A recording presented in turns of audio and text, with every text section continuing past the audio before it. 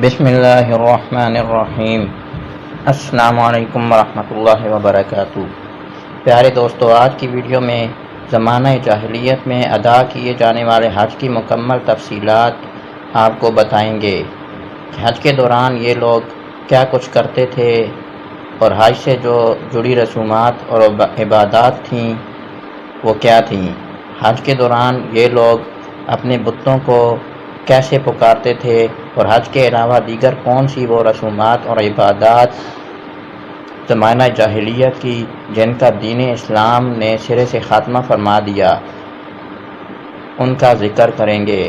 محترم دوستو، تاریخ کے مطالعے سے معلوم ہوتا ہے کہ باقاعدہ سلسلہ حج کا آغاز بعثت نبوی صلی اللہ علیہ وآلہ وسلم سے 3000 سال قبل ہوا، اور یہ کسی نہ کسی شکل میں حضور نبی کریم صلی اللہ علیہ وآلہ وسلم کی آمد تک جاری رہا، لیکن وقت گزرنے کے ساتھ ساتھ حضرت ابراہیم علیہ السلام کے مقرر کردہ حج کے طریقوں میں تحریف اور تبدیلی کی جانے لگی۔ ان کی حیت پہ تبدیلیوں کے عمل سے مسخ ہوتی چلی گئی اور بالآخر ایسی بے بنیاد رسموں کی صورت اختیار کر گئی جو کہ حضرت ابراہیم علیہ السلام کی تعلیمات کی روح سے قطعاً مختلف تھی۔ قرآن حکیم نے متعدد مقامات پر ان تحریفات کا ذکر کیا ہے۔ پیارے دوستو، زمانہ جاہلیت کی رسوم میں ایک رسم جسے عربوں نے اپنے ہاں بطور خاص رواج دے رکھا تھا، احرام باندھنے سے متعلق تھی۔ اہل عرب جب حج کے ارادے سے احرام باندھ لیتے تو اپنے گھر میں نہ صرف اصل دروازوں یعنی سامنے کے مرکزی دروازے سے داخل ہونا حرام قرار دیتے تھے، بلکہ عقبی دیوار پھلانگ کر یا پیچھے کسی کھڑکی یا روشن دان کے راستے سے گھر کے اندر داخل ہوتے اور اپنے اس فعل کو مناسک حج کا حصہ اور عبادت تصور کرتے تھے۔ قرآن کریم فرقان حمید نے اس مسخ کا خیز اور بلا جواز رسم کے بارے میں واضح طور پر ارشاد فرمایا کہ اس میں کسی قسم کی نیکی کا کوئی تصور نہیں ہے۔ چنانچہ اللہ تبارک و تعالیٰ نے ارشاد فرمایا، اور یہ کوئی نیکی نہیں کہ تم حالت احرام میں گھروں میں ان کی پشت کی طرف سے آؤ، بلکہ نیکی تو ایسی الٹی رسموں کی بجائے پرہیزگاری اختیار کرنا ہے۔ دوستو، اللہ تبارک و تعالیٰ کے فرمان کی روح سے نیکی تو اللہ کے ہاں تقویٰ کا نام ہے، اور گھر کی عقبی دیواروں کو باندھ کر اندر داخل ہونا محض توہمات کے ذیل میں آتا ہے جو نیکی کے کسی تصور سے ہرگز تعلق نہیں رکھتا۔ دوستو، یاد رہے کہ زمانہ جاہلیت کے عربوں کے آباء و اجداد دین حنیف کے پیروکار ہو گزرے تھے، مگر ان کے نفسانی خواہشات اور توہم پرستی انہیں گمراہی کی جانب ہانک لے گئی تھی، جس کے نتیجے میں ان کے مذہبی افکار پراگندہ ہوئے تو انہوں نے بت بنائے، عبادت کے انداز بدلے، رسموں کا اختراع کیا۔ اس طرح خود ساختہ معبودوں کی عبادات کی رسوم و رواج ان کی معاشرے میں سرایت کرتے چلے گئی۔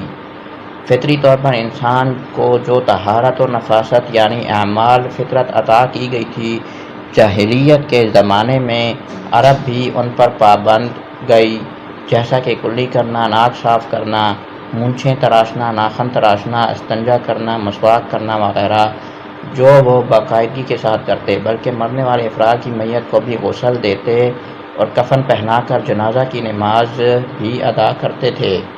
اگرچہ ان کی نماز مختلف تھی، اسی طرح روزے رکھتے اور حج بھی کرتے تھے، مگر ان تمام عبادات کو اصلی صورت سے مسخ کر ایک نئی اور گمراہ ترین رسومات کا سلسلہ شروع کر دیا۔ پیارے دوستو، عرب زمانہ جاہلیت میں حج کرتے اور احرام باندھتے تھے۔ حج کی ادائیگی کے معاملے میں ان کے طبقات تھے جنہیں اگر مذہبی طبقات یا حج کے روایتی طبقات کہا جائے تو مناسب ہوگا۔ اس کی وجہ ان کا مراسم حج کی ادائیگی میں اختلاف ہے۔ اس اعتبار سے کئی مورخین نے ان کے دو طبقات بیان کیے، مگر تحقیق سے معلوم ہوتا ہے کہ ان کے 3 گروہ تھے: نمبر 1 حمص، نمبر 2 ہلا اور نمبر 3 طلس۔ محترم دوستو، حمص کے سرکردہ قبائل میں کنانہ، خزاع، قریش سے پیدا ہونے والے تمام عرب قبائل تھے۔ مکہ کے آس پاس قیام پذیر ہونے کی بنا پر عامر بن بنات بن کنانہ، صدیق، عدوان سب حمص قبائل میں شامل تھے۔ ان حمصیوں کے حج کے دوران کچھ خاص رسمیں ہوا کرتی تھیں۔ چنانچہ حج کے موسم میں ہمشیوں کے اعمال کے ضمن میں امام ارسطی فرماتے ہیں، قریش اور وہ قبائل جن میں قریش نے اپنی عورتوں کو بیاہا ہوا تھا اور جو ان کے حلیف اور مددگار تھے، مثلاً بنی ثقیف، بنی لحس، بنو بکر، بنو کنانہ، بنو جدیلہ، بنی خزاع اور بنی عامر وغیرہ، انہیں حمص کہا جاتا تھا۔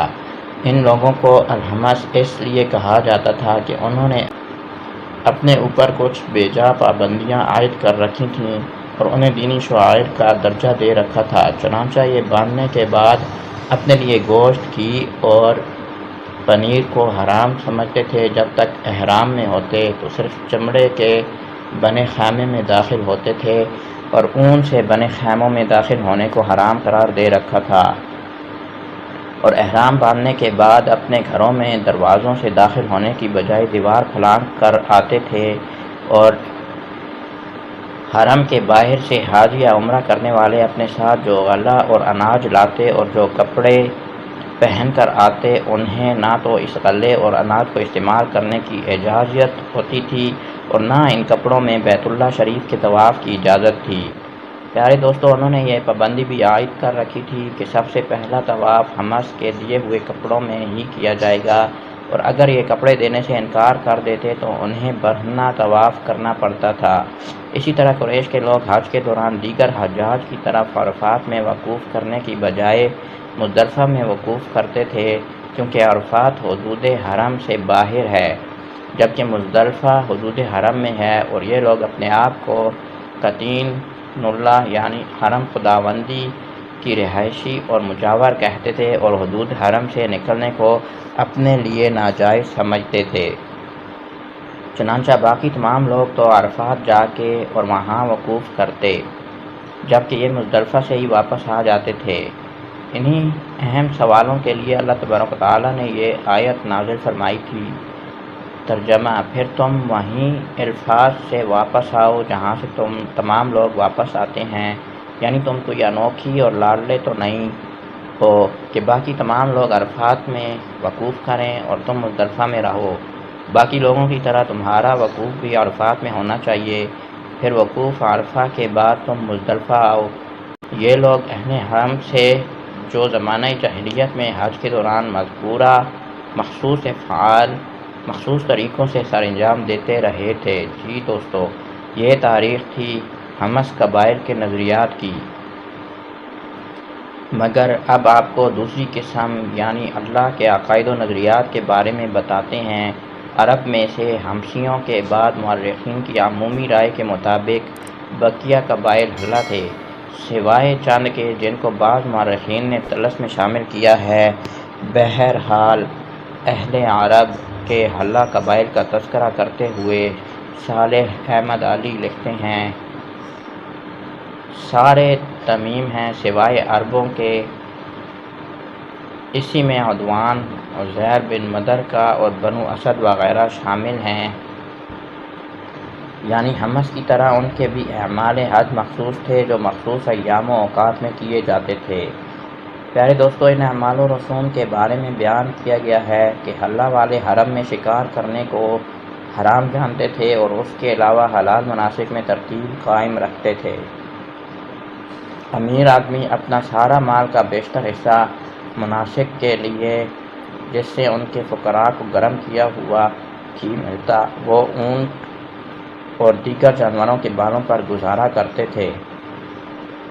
جس لباس میں مناسک حج ادا کرتے وہی زیب تن کرتے، مناسک میں نیا لباس نہ پہنتے، گھروں اور حویلیوں میں دروازوں سے داخل نہیں ہوتے تھے، جب تک حالت احرام میں رہتے سایہ میں نہ جاتے، تیل کی مالش کرتے، گوشت کھاتے، اور یہ سب ایام مناسک میں بہت زیادہ ہوتا تھا۔ پیارے دوستو، فراغت کے بعد والے جب مکہ میں داخل ہو جاتے تو اپنے جوتوں اور کپڑوں کو صدقہ کر کے کعبہ کی عظمت کے پیش نظر نیا حمصی لباس کرائے پر لیتے اور اپنے اور کعبہ کے مابین جوتے نہیں لاتے بلکہ برہنہ آتے تھے۔ اگر لباس نہ میسر ہوتا تو برہنہ طواف کرتے۔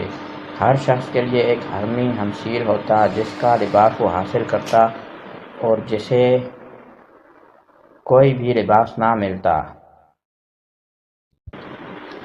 دوستوں، فراغت کے بعد والے جب مکہ میں داخل ہو جاتے تو اپنے جوتوں اور کپڑوں کو صدقہ کر کے کعبہ کی عظمت کے پیش نظر نیا ہمسی لباس کرائے پر لیتے اور اپنے اور کعبہ کے مابین جوتے نہیں لاتے بلکہ برہنہ آتے تھے۔ اگر لباس نہ میسر ہوتا تو برہنہ طواف کرتے۔ ہر شخص کے لیے ایک حرمی حنصیل ہوتا جس کا لباس وہ حاصل کرتا، اور جسے کوئی بھی لباس نہ ملتا وہ برہنہ ہی طواف کرتا تھا۔ بیت اللہ کی جانب لوٹتے ہوئے طواف کے لیے لباس کرائے پر حاصل کرتے تھے، کیونکہ جب وہ بحیثیت حجاج گھروں سے نکلے تو سوائے گوشت کے خرید و فروخت کو حرام قرار دے دیا تھا۔ جہاں تک کہ اپنے گھروں کو لوٹ جاتے، ان کے احرام ہی کے متعلق منقول ہے کہ مرد و عورت اپنے پہلے حج کا طواف برہنہ ہو کر کرتے۔ بس عورت جب طواف کرتی تو اپنا ایک ہاتھ اپنی اگلی شرمگاہ پر اور دوسرا ہاتھ پچھلی شرمگاہ پر رکھ لیتی اور کہتی کہ آج جسم کا کچھ حصہ یا سارا ہی ننگا ہو جائے، اور جو ننگا ہو جائے میں اسے جائز نہیں قرار دوں گی۔ دوستو، یاد رہے کہ عربی قبائل میں بنی عامر وغیرہ کعبہ کا طواف برہنہ ہو کر کرتے تھے۔ مرد دن میں اور عورتیں رات میں طواف کرتی تھیں۔ ناظرین گرامی، اب تک تو آپ نے زمانہ جاہلیت کی دو طبقات، حمص والے اور حلہ قبائل کے حج کے عقائد و نظریات کے بارے میں جانا۔ اب ہم جانیں گے تیسرے طبقے طلس کے بارے میں۔ دوستو، طلس عرب میں سے حمصیوں کو علیحدہ کرنے کے بعد عمومی رائے کے مطابق کہ بقیہ تمام قبائل شمار ہوں، مگر محمد بن حبیب نے اس اسم میں ایک تیسری قسم دلس کا ذکر کیا۔ چنانچہ وہ لکھتے ہیں کہ اور وہ تمام اہل یمن، اہل حضرت موت اور عیاد بن نصار ہیں۔ رام تلسی افراد کے امور کے حج کے بارے میں تفصیلاً ذکر کرتے ہوئے لکھتے ہیں، اہل حمص کے مابین حالت احرام میں وہ حلہ کے مسر اعمال کیا کرتے، جبکہ کپڑے پہننے اور گھر میں داخل ہونے کے اعمال انس کی امانت کرتے۔ وہ کعبہ کے گرد برہنہ نہیں ہوتے تھے، نہ کپڑے کرائے پر لیتے اور گھروں میں دروازوں سے داخل ہوتے، نہ بیٹیوں کو زندہ درگور کرتے اور حلہ کے ساتھ ہی وقوف کرتے اور وہی اعمال کرتے جو وہ کیا کرتے تھے۔ پیارے دوستو، زمانہ جاہلیت میں وہ حج و عمرہ ادا کرتے ہوئے تلبیہ بھی کہا کرتے تھے، لیکن بعض قبائل نے اس تلبیہ میں ایسے الفاظ اپنی طرف سے بڑھا دیے جس سے عقیدہ توحید مسخ ہو کر رہ گیا تھا۔ عرب جب بیت اللہ کی حج کا ارادہ کرتے تو ہر قبیلہ اپنے اپنے صنم کے پاس کھڑا ہوتا اور اس کے پاس نماز پڑھتا، پھر تلبیہ کہتا اور تلبیہ پڑھتے پڑھتے مکہ آ جاتا۔ دیگر باہمی مختلف رسومات کی طرح ان کے تلبیات بھی مختلف تھے۔ جس طرح ہر قبیلے کا مخصوص تلبیہ تھا، اسی طرح جاہلیت میں عرب نے تمام بتوں کے لیے بھی علیحدہ علیحدہ تلبیہ مخصوص کیے ہوئے تھے۔ پیارے ناظرین گرامی، زمانہ جاہلیت میں لوگ حج بھی کیا کرتے، 7 طواف کے چکر لگاتے، قربانی کرتے، رمی جمار کرتے، پتھروں کو تبرکاً چھوتے اور عشر حرم کا احترام کرتے۔ ان مہینوں میں لڑائی جھگڑا اور قتل و قتال نہ کیا کرتے۔ اہل قریش اور دوسرے عرب جب حج کے لیے کعبہ میں آتے تو حبل صنم کے پاس اپنے کاموں میں مشورہ لینے آتے اور پانس کے تیر پھینکتے تھے۔ ان مقامات مقدسہ اور ان سرند قدوں اور بت قدوں کا لوگ حج کرتے اور ان کے پاس میلے لگاتے تھے۔ ہر سال کے مہینے مقرر تھے جن میں جنگوں کے دال کی ممانعت تھی، یہ حرام کے مہینے کہلاتے تھے اور انہی میں حج کرتے تھے۔ حج کے لیے دور دور سے لوگ آتے۔ کعبہ کی طرح مشہور حج کی جگہ کعبہ زیری تھا، اسے رب البیت بھی کہتے تھے۔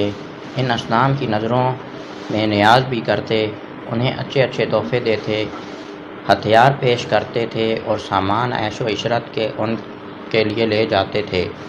جنوبی عرب والے سونے، چاندی یا لکڑی کے نقوش بھی پیش کیا کرتے تھے۔ دوستو، عربوں کے دور جاہلیت کی ایک اور رسم حج اور عمرہ کے متعلق تھی۔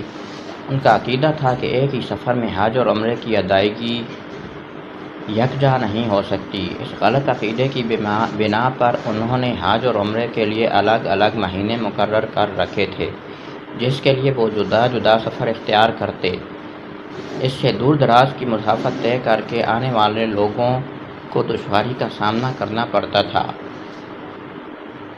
دوستو، اسلام کی آمد کے بعد اس خود ساختہ رسم کو منسوخ کر دیا گیا اور ایک ہی سفر میں حج اور عمرہ کرنے کی ہر ایک کو اجازت مل گئی۔ قرآن کریم میں اللہ پاک ارشاد فرماتے ہیں، ترجمہ: چنانچہ جو شخص بیت اللہ کا حج یا عمرہ کرے تو اس پر کوئی گناہ نہیں کہ ان دونوں کے درمیان چکر لگائے۔ دوستو، جاہلیت کے دور میں حج کے دوران ایک اور بات بھی ہوتی تھی کہ صفا اور مروہ کی سعی سارے حاجی نہیں کیا کرتے تھے، اسے صرف قریش کے لیے مخصوص سمجھا جاتا تھا۔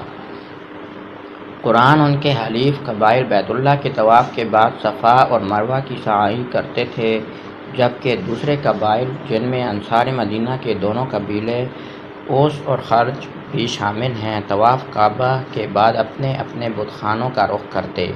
ان کا کہنا تھا کہ صفا اور مروہ کی سعی صرف قریش کے لیے ہے، اس لیے کہ جس خاتون یعنی حضرت بی بی ہاجرہ سلام اللہ علیہا کی سنت کے طور پر یہ سعی کی جاتی ہے، وہ قریش کی ماں تھیں، لیکن ان حضرت صلی اللہ علیہ وآلہ وسلم نے فتح مکہ کے بعد تمام بت خانے ختم کروا دیے اور پورے جزیرے میں کوئی بت خانہ باقی نہ رہنے دیا۔ تو انصار مدینہ کو بطور خاص یہ الجھن پیش آئی کہ وہ طواف کعبہ کے بعد کیا کریں گے۔ اس پر قرآن کریم فرقان حمید میں حکم نازل ہوا کہ صفا اور مروہ بھی بیت اللہ کی طرح شعائر اللہ میں سے ہیں، اس لیے جو لوگ حج یا عمرے کے لیے آئیں وہ بیت اللہ کے ثواب کے ساتھ صفا اور مروہ کے سعی بھی کریں۔ اس طرح حج اور عمرہ کے لیے آنے والے تمام حضرات کے لیے صفا و مروہ کی سعی کو ضروری قرار دیا گیا۔ محترم ناظرین، اسی طرح ایک غلط نظریہ اور تصور زمانہ جاہلیت میں عربوں کے ہاتھ جھاڑ پکڑ چکا تھا، جس کی روح سے انہوں نے اپنے اوپر حج کے سفر کے دوران ذات راہ ہمراہ لے جانا حرام قرار دے دیا تھا۔ وہ حاجی کے لیے سفر پر نکلتے تو اپنے ساتھ کھانے پینے اور دوسری ضروریات کا سامان لے جانا اپنے نام نہاد تقویٰ کے منافی سمجھتے تھے۔ قرآن مجید میں اللہ رب العزت نے ان کے اس بے بنیاد اور لغن تصور کا راز کھول دیا۔ ارشاد فرمایا، حج کے چند مہینے معین ہیں، یعنی شوال، زکوٰۃ اور عشرہ ذوالحج، تو جو شخص ان مہینوں میں نیت کر کے اپنے اوپر حج لازم کر لے تو حج کے دنوں میں نہ عورتوں سے اختلاط کرے، نہ کوئی اور گناہ کرے اور نہ ہی کسی سے جھگڑا کرے، اور تم جو بھی کرو اللہ اسے خوب جانتا ہے، اور آخرت کے سفر کا سامان کر لو، بے شک سب سے بہتر زاد راہ تقویٰ ہے، اور اے عقل والو میرا تقویٰ اختیار کرو۔ محترم دوستو، سب سے بڑی تبدیلی یہ کی گئی تھی کہ بیت اللہ اور اس کے ارد گرد کے ماحول میں مشرکین عرب نے سینکڑوں بت نصب کر کے اسے بت خانہ بنا رکھا تھا، جہاں اللہ تبارک و تعالیٰ کی بندگی کے ساتھ ساتھ ان بتوں کی پوجا پاٹ بھی ہوتی تھی۔ جناب رحمت للعالمین صلی اللہ علیہ وآلہ وسلم نے بیت اللہ اور مسجد حرام کو ان بتوں سے پاک کر کے اس ماحول کو اللہ تبارک و تعالیٰ کی بندگی کے لیے خاص کر ڈالا، اور اب یہاں صرف اللہ تبارک و تعالیٰ کی عبادت ہوگی، اس کے علاوہ کسی اور کو یہاں نہیں پکارا جائے گا۔ محترم دوستو، یہ تو تھی زمانہ جاہلیت کے حج کے بارے میں مکمل تفصیلات۔ اب آپ کو زمانہ جاہلیت میں ہونے والی دیگر عبادات اور مذہبی رسومات کے بارے میں بتاتے ہیں۔ اہل عرب کی دور جاہلیت میں بھی دین حنیف کی بہت سی عبادات باقی رہیں، لیکن انہوں نے ان عبادات کے لیے چند شرائط اور قیود مقرر کر دیے، انہیں ایسا رنگ دے دیا تھا جس میں ان عبادات کی روح فنا ہو گئی تھی۔ پیارے دوستو، یاد رہے کہ دین ابراہیمی کے مطابق وہ اپنے مردوں کو غسل دیتے، کفن پہناتے، ان کی نماز جنازہ بھی پڑھتے، اور سنت ابراہیمی کے مطابق ان کو قبروں میں دفن کر دیتے، لیکن ان کی نماز جنازہ میں نہ اللہ کی حمد و ثنا تھی، نہ اس میت کے لیے اللہ کی جناب میں مغفرت کی دعائیں مانگی جاتی تھیں، بلکہ میت کو غسل دینے اور کفن پہنانے کے بعد جب دفن کرنے کے لیے لے جاتے تو اس میت کا کوئی قریبی رشتہ دار آگے کھڑا ہو جاتا اور اس میت کے محاسن اور کمالات بیان کرتا، اس کی تعریف میں زمین و آسمان کے کلابے ملا دیتا۔ اس کے بعد تعریف کرنے والا کہتا علیہ کا رحمۃ اللہ، یعنی تجھ پر اللہ کی رحمت ہو، اور پھر اس کو دفنا دیا جاتا تھا۔ دوستوں، زمانہ جاہلیت کی ایک رسم یہ بھی تھی کہ جب کوئی شخص سفر پر جاتا تو ایک دھاگا کسی درخت کی ٹہنی کے ساتھ باندھ دیتا یا اس کے تنے کے ارد گرد لپیٹ دیتا۔ پھر جب سفر سے واپس آتا تو اس دھاگے کو دیکھتا۔ اگر وہ صحیح سلامت ہوتا تو وہ سمجھتا کہ اس کی بیوی نے اس کی غیر حاضری میں کوئی خیانت نہیں کی، اور اگر وہ اسے ٹوٹا ہوا پاتا تو خیال کرتا کہ اس کی بیوی نے اس کی غیر حاضری میں بدکاری کا ارتکاب کیا ہے۔ اس دھاگے کو الردم کہا جاتا تھا۔ دوستوں، ان کی ایک رسم بات کے بارے میں کہتے ہیں کہ اگر کسی شریف آدمی کا قتل کر دیا جاتا اور وہ عورت جس کا بچہ زندہ نہ رہتا ہو، وہ اس منقول کی لاش کو رونقتی ہوئی اوپر سے گزرتی، اس کے بعد جو بچہ جنے گی وہ لمبی زندگی پائے گا۔ اہل عرب کے ہاں رسم میلہ بھی ان کے مذہبی رسم و رواج میں سے ایک قسط تھی جسے کسی کے مرنے پر ادا کیا جاتا تھا، اور یہ رسم میت کے اونٹ یا اونٹنی کو اذیت پہنچا کر پوری کی جاتی۔ عرب کے زمانہ جاہلیت کی اس رسم کے حوالے سے سید محمود اپنی کتاب میں لکھتے ہیں، بلیچہ وہ اونٹنی ہوتی تھی جسے قبر کے پاس باندھ دیا جاتا جہاں تک کہ وہ مر جائے۔ یہ ایک مشہور رسم ہے۔ بلیجہ یہ تھی کہ جب کوئی عزت دار انسان مر جاتا تو وہ اس کی اونٹنی یا اونٹ کو بغیر خوراک کے چھوڑ دیتے، پھر اس کی گردن کو الٹا کر دیتے، اس کے سر کو پھیر کر پشت کی جانب کر دیتے اور اسے ایک چھوٹے سے گڑھے میں چھوڑ دیتے۔ اسے کھانے اور پینے کے لیے کچھ بھی نہ دیا جاتا یہاں تک کہ وہ مر جاتی۔ بسا اوقات اس کے مر جانے کے بعد وہ لوگ اسے جلا بھی دیتے تھے، اور کبھی کبھی ہار اتار کر گھاس اس کے اندر بھر دیتے ان کا خیال تھا کہ جس شخص کے مرنے کے بعد بلیہ نہ بنائے جائے وہ قیامت کے دن پیادہ اٹھے گا۔ محترم دوستو، یاد رہے کہ مذہبی عیدیں اور میلے بھی جاہلانہ طریقے سے منائی جاتی تھیں۔ جاہلیت میں عرب عیدیں بھی اپنے مخصوص بتوں کے حضور مناتے تاکہ خوشی اور قرب معبود دونوں حاصل ہو جائے۔ چنانچہ 3 بڑے بتوں کی خاطر رخت سفر باندھتے اور ان کے قدموں میں عزیز و نیاز پیش کر کے عید کا اہتمام کرتے تھے، جن سے میلوں کے سماں بندھ جاتے تھے۔ وہ 3 بت لات، عزیٰ اور منات تھے۔ دوستو، لات اہل طائف کا بوڑھا جو دراصل نیک آدمی تھا اور حاجیوں کے لیے ستو بھی گویا کرتا تھا، جب وہ مر گیا تو مدت تک عرب اس کی قبر پر مقیم رہے۔ پھر انہوں نے اس کا بت بنا دیا اور پھر ایک عمارت کھڑی کر دی جس کا نام بیت الرب رکھا۔ عزا اہل مکہ کا بت تھا جو عرفات کے قریب نصب تھا۔ وہاں ایک درخت بھی تھا جس کے پاس پہلی مکہ جانور ذبح کیا کرتے اور دعائیں مانگا کرتے تھے۔ منات اہل مدینہ کا بت، اللہ کے ساتھ شرک کرتے ہوئے وہ اس کے لیے احرام باندھا کرتے تھے۔ دوستو، یہ بت مکہ اور مدینہ کے درمیان ساحل کی بہت سے قدیر پہاڑ کے بھی مقابل تھا۔ یاد رہے کہ ان تینوں بتوں کے پاس جمع ہونے کے لیے عربوں نے سال بھر میں مخصوص موسم مقرر کر رکھے تھے۔ ہر پہاڑی راستے سے عرب ان کا قصد کر کے آتے اور کعبے کی طرح ان کی تعظیم کیا کرتے تھے۔ ان کے پجاری اور دربان مقرر تھے۔ یمن میں ذخلصہ، حشام اور بچلیہ کا گھر تھا جس میں بت تھے اور عرب ان کی پرستش کیا کرتے تھے۔ وہاں سال میں ایک بار میلہ بھی لگا کرتا تھا۔ نبی اکرم صلی اللہ علیہ وآلہ وسلم نے جدید رضی اللہ تعالیٰ عنہ سے فرمایا، کیا تو ذخلصہ کو تباہ کر کے میرے دل کو راحت نہ پہنچائے گا؟ تو حضرت جریر صحابی رسول کہتے ہیں، یہ سن کر میں 150 سواروں کو لے کر نکلا، پھر ہم نے اسے توڑ ڈالا اور ان تمام لوگوں کو جو وہاں تھے قتل کر ڈالا۔ پیارے دوستو، اہل عرب میں زمانہ جاہلیت میں مختلف انواع کے طور طریقے، رسم و رواج اور عادات و اطوار رائج تھی جو نسل در نسل آباء و اجداد کی اتباع اور پیروی میں رواج پذیر ہوتی رہی۔ دوستو، وہ تمام رسومات جن سے حرمت الہی کی حدود پامال ہوتی رہی تھی اسے دین اسلام نے یکسر ختم کر دیا اور ابتدائی زمانہ سے چلے آنے والے حرمت کے مہینوں کی اثر کو قائم فرمایا۔ اللہ تبارک و تعالیٰ سے دعا ہے کہ اللہ رب العزت دین اسلام کے مطابق زندگی بسر کرنے کی توفیق عطا فرمائے۔